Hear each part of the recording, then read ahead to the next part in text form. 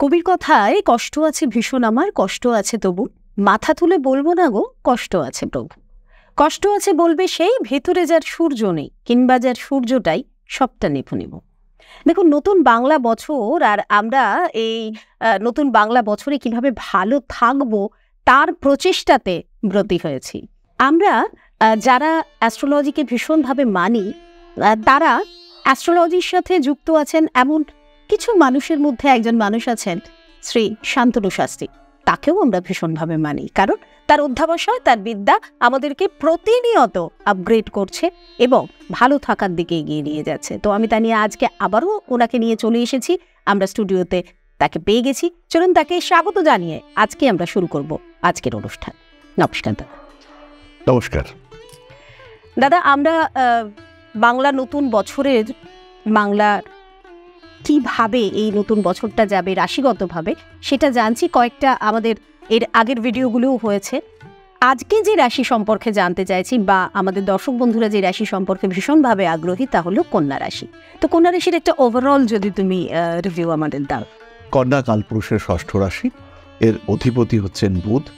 Childish একটা ব্যাপার থাকে, এবং কন্যার স্পেসিফিকেশন যদি আমরা বলি তাহলে সেটা হচ্ছে ক্রিয়েটিভিটি আর ম্যানেজমেন্ট।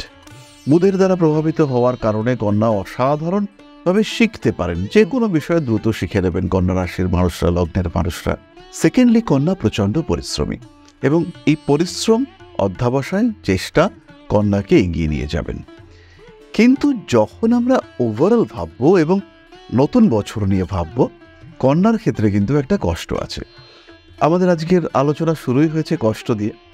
কন্যার যে কষ্টটা, সেটা হলো বছরের শুরুতে কিছু একটা গণ্ডগোল। প্রায় প্রত্যেকটা বছরেই কন্যা এই বার্তাটা নিয়ে আমাদের কাছে আসেন যে বছর তো শুরু হলো, কিন্তু শুরুটা ঠিক শুরুর মতন হলো না, এবং প্রত্যেকটা বছরেই যেন এই ঘটনার রিপিটেশন দেখতে পাওয়া যায়। তো এর কারণ যেটা, সেটা হচ্ছে কন্যার ক্ষেত্রে সূর্যদেব তিনি বছরের শুরুতে 8th হাউসে থাকেন। ফলে এনার্জি লেভেল, নিজেকে রিচার্জ করা, নিজেকে গ্রো করবার জন্য এনার্জি অ্যাকুমুলেশন, সেখানে কিন্তু কন্যার একটা বাধা থেকে যায়। আলটিমেটলি কন্যা যতটা চান অতটা কিন্তু তিনি পেয়ে উঠতে পারেন না। তো এর কারণে বছরের শুরুটা কিন্তু কন্যার জন্য একটু গণ্ডগোলের চলে, যার একটা ব্যতিক্রম আমরা আশা করব এই বছর।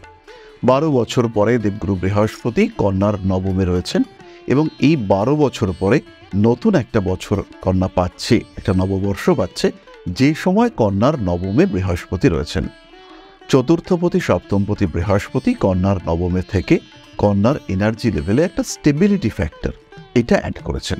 ফলে কন্যা কিন্তু অন্যান্য বছরগুলো যেভাবে কাটাচ্ছেন, কন্যার নিকট স্মৃতিতে যে বছরের অভিজ্ঞতাগুলো রয়েছে, তার থেকে এই বছরটা বেটার।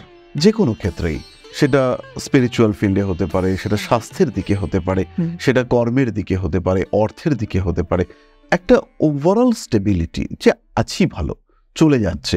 একটা মানুষকে জিজ্ঞেস করছি কেমন আছো, তিনি বলছেন যে আর বলো না ভাই, এই কথাটা আমরা এই বছর পাবো না, এই বছর আমরা পাবো ঠিক আছি, চলে যাচ্ছে, বেশ ভালো আছি।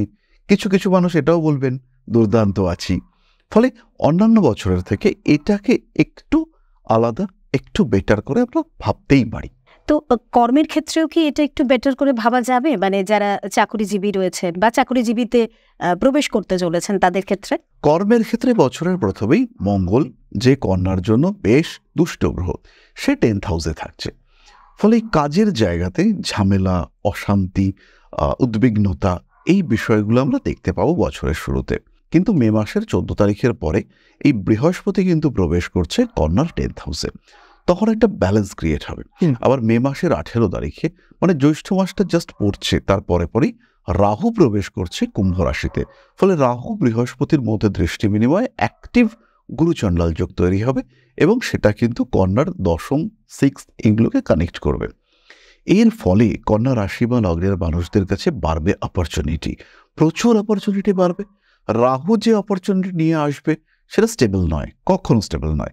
কিন্তু বৃহস্পতি যখন তাকে ব্যালেন্স করছে, বৃহস্পতি যখন তাকে প্রশমিত করবার চেষ্টা করছে, তখন কিন্তু এই বৃহস্পতি অ্যাক্টিভেটেড, এবং বৃহস্পতির আউটপুট লেভেল হিউজ। ফলে কর্মক্ষেত্রে বছরের প্রথমে না হলেও কিছুদিনের মধ্যেই কন্যা কিন্তু একটা জায়গা তৈরি করতে পারবেন। মোটামুটি 1 মাস 28 দিন এরকম অতিবাহিত হওয়ার পরেই কন্যার গ্রোথ রেট অনেক বাড়তে দেখতে পাওয়া যাবে। নিশ্চিন্তে নিঃসন্দেহে কন্যা তার জায়গা পাবেন এবং জায়গা তৈরি করতে পারবেন। চাকরি হচ্ছে কন্যার ক্ষেত্রে, যারা মনে করছেন যে চাকরির স্টেবিলিটি কম রয়েছে তাদের ক্ষেত্রে এই স্টেবিলিটি বাড়ছে। কন্যা রাশি বা লগ্নের মানুষরা নিশ্চিন্তে নিঃসন্দেহে একটা জায়গা তৈরি করতে পারছেন, চাকরি হবেই। আর যারা ব্যবসায় রয়েছেন বা যারা ব্যবসা শুরু করতে চাইছেন এই নতুন বছরে, নতুন বাংলা বছরে, কন্যার ক্ষেত্রে যদি কেউ ব্যবসা শুরু করতে চান তাহলে তার অন্তত বছরের 4টে মাস ছেড়ে দেওয়া উচিত। অর্থাৎ বছরের একদম শুরুতেই রাহু 7th হাউসে রয়েছে। 7th হাউস হচ্ছে আমাদের house of exchange, house of interaction. তো যখনই 7th হাউসে রাহু রয়েছে তখন কিন্তু একটা উত্থান পতন কাজ করছে। তাহলে এই ব্যাপারটা কমপ্লিট হচ্ছে মে মাসের 18 তারিখে। আরও কিছুদিন লাগবে রাহুকে স্থিত হতে, তারপরে নতুন ব্যবসার চিন্তা করা যেতে পারে। যারা অলরেডি ব্যবসা করছেন তাদের ক্ষেত্রে কিন্তু আরেকটু ভাবতে হবে কোথা থেকে প্রবলেম হচ্ছে, কেন ব্যবসায় সেই সাকসেস আসছে না যেটা আমি চাইছি, কেন আরেকটু পিছিয়ে যাচ্ছি, এই জায়গাটা আরও ভাবতে হবে। এবং ভাবতে পারলেই কিন্তু ওভারঅল গ্রোথ দেখতে পাওয়া যাবে।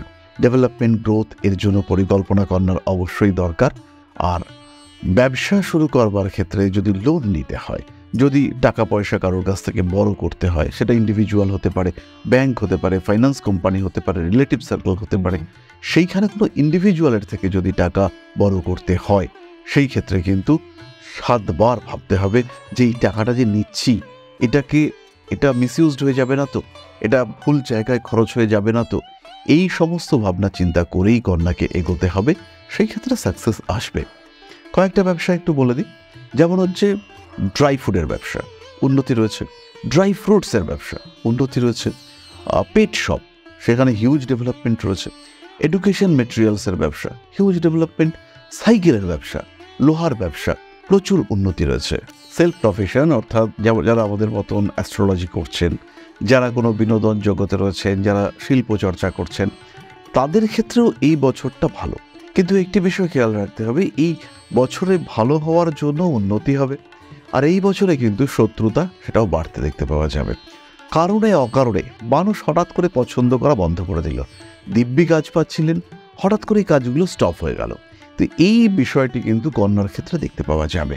এছাড়াও যারা বিনোদন জগতে রয়েছেন তাদের ক্ষেত্রে ইমপ্রুভমেন্ট রয়েছে।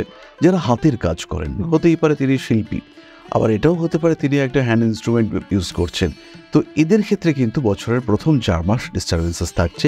তারপর থেকে ওয়ার্কফ্লো ভীষণ বাড়বে। এবং স্পেশালি যদি আমরা বলি পুজোর আগে পরে যে সমস্ত প্রোগ্রামগুলো হয় সেখানে তার নাম্বার অফ চান্সেস এটা অনেক বাড়তে দেখতে পাওয়া যাবে।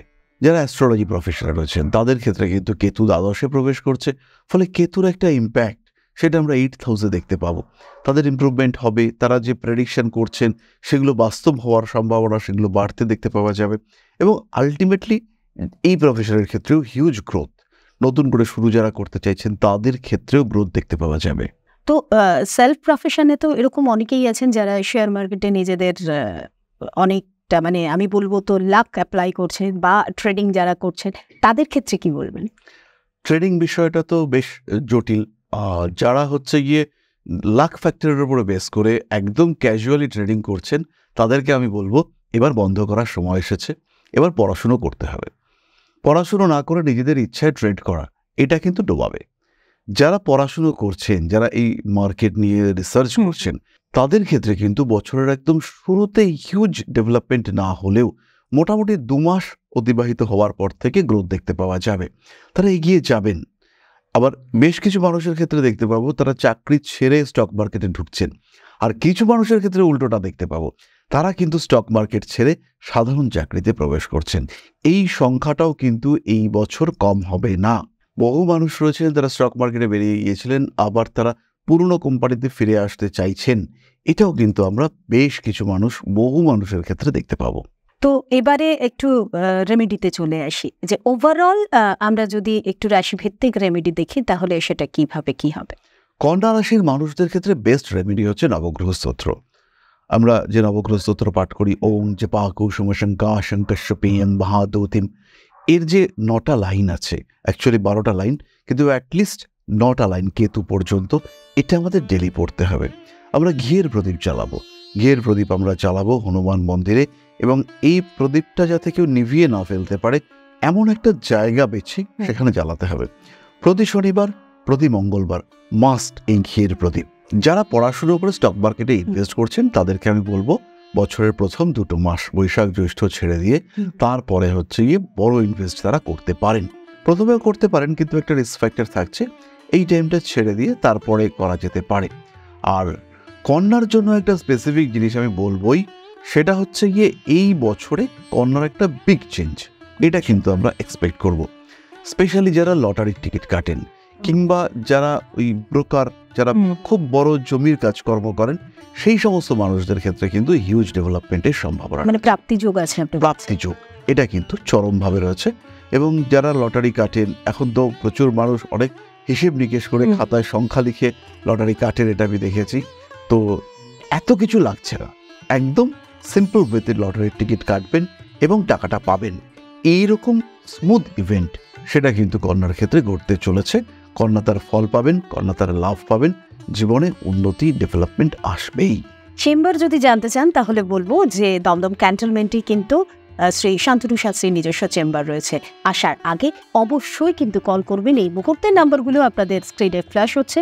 আর শিক্ষার জায়গাটা যেটা প্রসার করার ব্যাপারে আমরা বারংবার বলি, বারংবার জোর দিই, সেই জায়গাটা যদি আপনি চান যে আরও বেশি ডেভেলপ করতে, যদি চান অ্যাস্ট্রোলজিকে নিয়ে আপনি এগোতে, আপনার প্রফেশনটা করতে, যদি চান সংখ্যাতত্ত্ব, বাস্তু, হস্তরেখা এই সমস্ত কিছুকে একই জায়গা থেকে একটা কম্প্যাক্ট একটা প্যাকেজের মধ্যে দিয়ে শিখতে, তাহলে বলবো ঋষিবাণী ইনস্টিটিউট আপনার জন্য একেবারে অ্যাপ্রোপ্রিয়েট।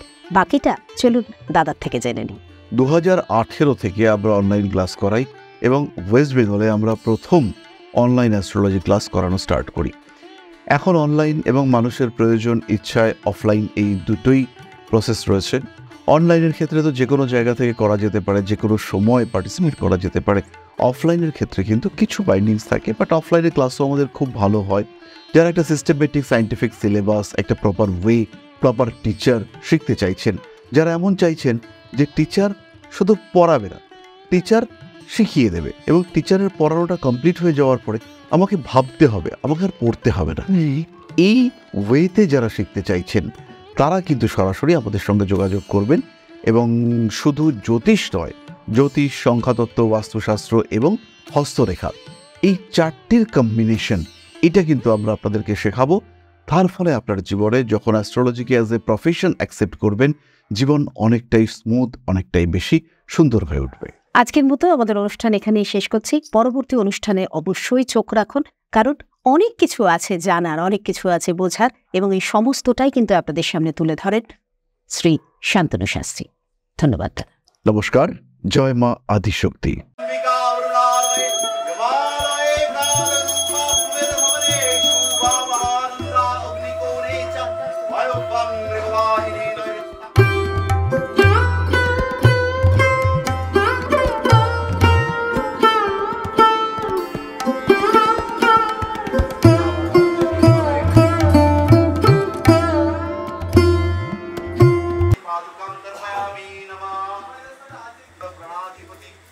दक्षिणा कालिका परिषदाय स्वाहा।